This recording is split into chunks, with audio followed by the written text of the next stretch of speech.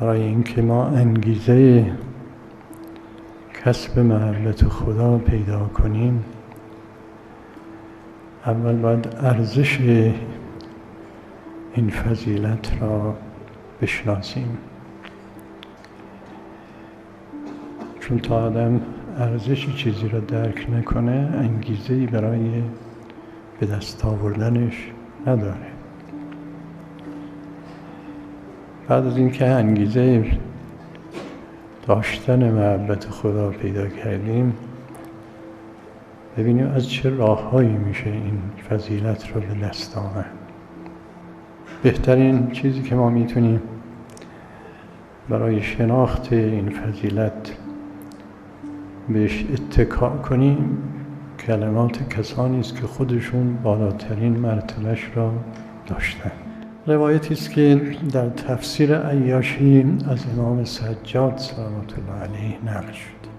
عن علی بن الحسین علیه السلام قال: اذا صار اهل الجنة فی الجنة. حضرت توضیح میدند وقتی مؤمنی که اهل بهشت است وارد بهشت میشه و استقرار پیدا میکنه در اونجا، هر مؤمنی به این تخت خودش تکیه داره. خادمانی که خدا برای او مقرر فرموده اطرافش رو میگیرن. این خادمان هر چی هوس کنه، هر چی میلش باشه براش فوراً فراهم میکنه، دیگه چیزی کم نداره.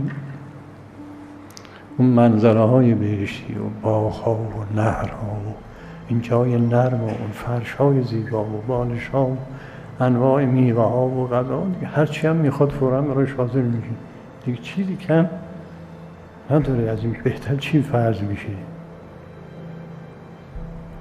وقتی همه اینا تمام شد، فراهم شد و کاملا استقرار پیدا کرد، خدای متعال با اینا سخن میگه: ای دوستان من، اهل طاعت من، کسانی که در همسایگی من زندگی میکنید، میخواد به شما بگم از این چیزایی که شما دارید بهتر از این چیه؟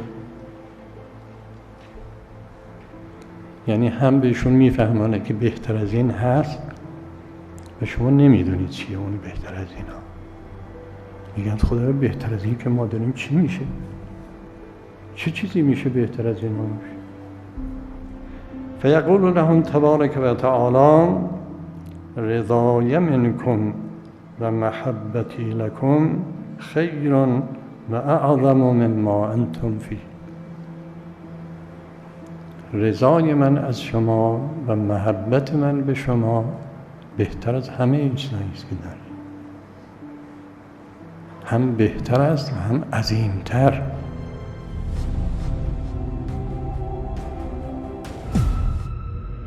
اینجا مرکز مقاومت است.